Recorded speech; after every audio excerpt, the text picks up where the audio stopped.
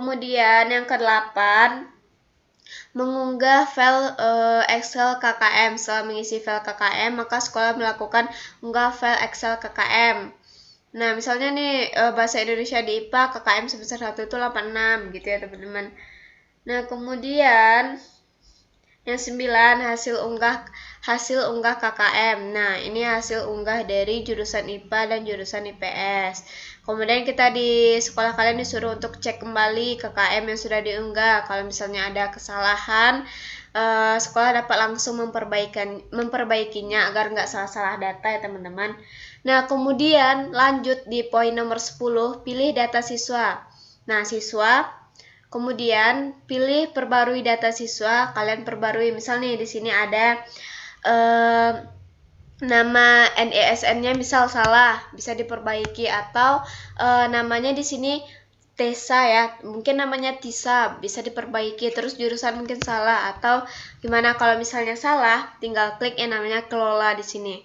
Kelola, jadi bisa diubah gitu teman-teman, biar data-data kalian yang masuk kepada SS itu tidak salah.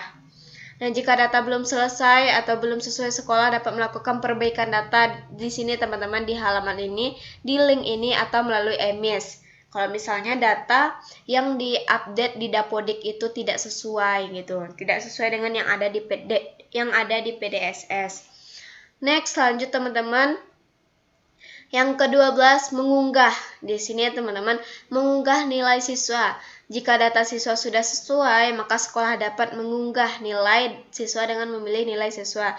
Nah, tadi udah bagian jurusan, udah kurikulum, udah siswa, udah, kita lanjut ke nilai. Nah, di sini ada warning ya teman-teman. Nilai yang diinput adalah nilai pengetahuan. Pastikan nilai yang diinput hanya skala 1 sampai 4 atau skala 100. Nah, misalnya di sekolah kalian itu ada nilai pengetahuan, ada nilai keterampilan. Nah, nilai keterampilan ini nggak ada pengaruh sedikit pun teman-teman dengan nilai pengetahuan kalian gitu. Jadi yang diinput itu hanya nilai pengetahuan aja, bukan nilai keterampilan. Nah, nilai yang diinput pun hanya skala 1 sampai 4. Misal di sekolah kalian biasanya nilainya ada 4, ada 3,7. Misalnya 4 itu A, itu boleh, atau skala 100. Nilainya biasa 95 atau 100, itu boleh, teman-teman. Nah, itu ya teman-teman untuk mengupload nilai. Nah, masalahnya di sini, nah ini teman-teman, nilai yang di-upload. Misalnya di sini ini semester 1 sampai 5, misalnya untuk jurusan IPA IPS agama nilai semester 1 sampai 5. Dan kemarin aku juga dapat informasi dari salah satu anak-anak ambis PTKIN, sekolah mereka itu update atau input nilai kepada SS itu nilai semester 1 sampai 5. Nah, di sini aku beranggapan emang nilai yang diupload itu 1 sampai 5, tapi yang dinilai itu yang diseleksi nanti itu semester 3 sampai 5. Itu anggapan pertama aku.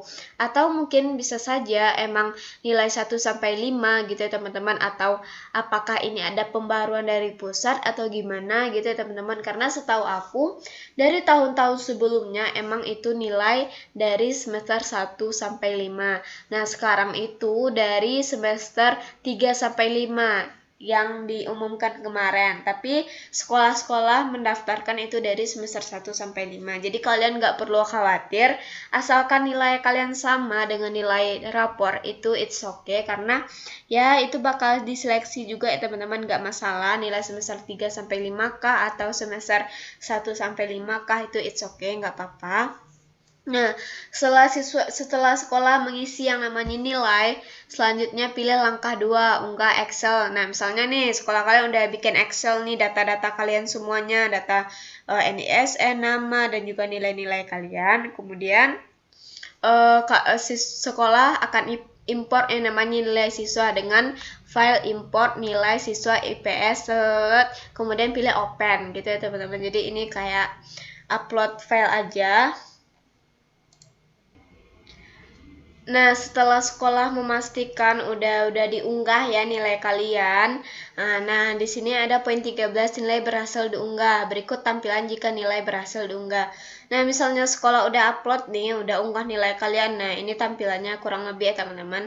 Mungkin di sini karena blur, karena ini sebagai contoh agar data data yang menjadi contoh itu nggak disalahgunakan ya teman-teman. Jadi inilah bentuknya dari nilai yang kalian yang udah diunggah.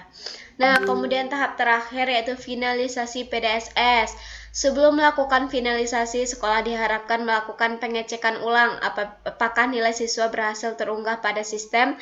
Pastikan semua kolom lengkap. Sekolah dapat melakukan tahap finalisasi dengan cara melakukan klik tombol finalisasi. Nah, setelah sekolah tuh udah memenuhi semua persyaratannya dari tadi kurikulumnya, dari jurusannya, dari data siswanya, dari nilai siswanya gitu ya teman-teman. Nah, tahap akhir yaitu finalisasi PDSS. Kalau misalnya nilainya udah lengkap, nama kalian udah pas, data kalian udah pasti, NISN nggak ada yang salah. Nah, sekolah langsung yang namanya finalisasi data gitu, finalisasi PDSS. Nah, tampilannya seperti ini teman-teman.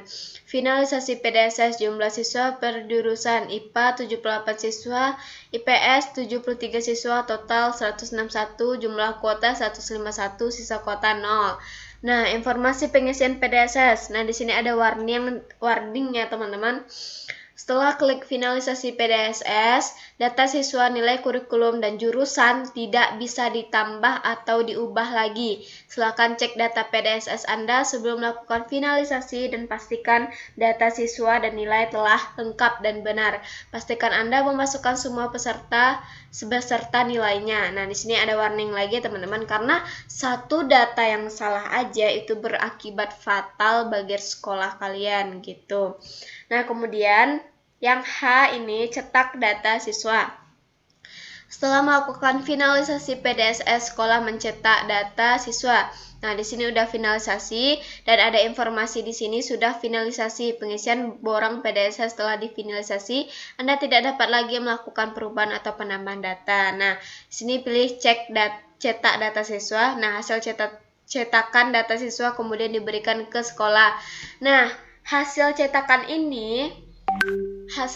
data siswa kemudian diberikan ke siswa. Nah, hasil cetakan inilah yang kalian gunakan untuk login di akun SPAN PTKIN nantinya.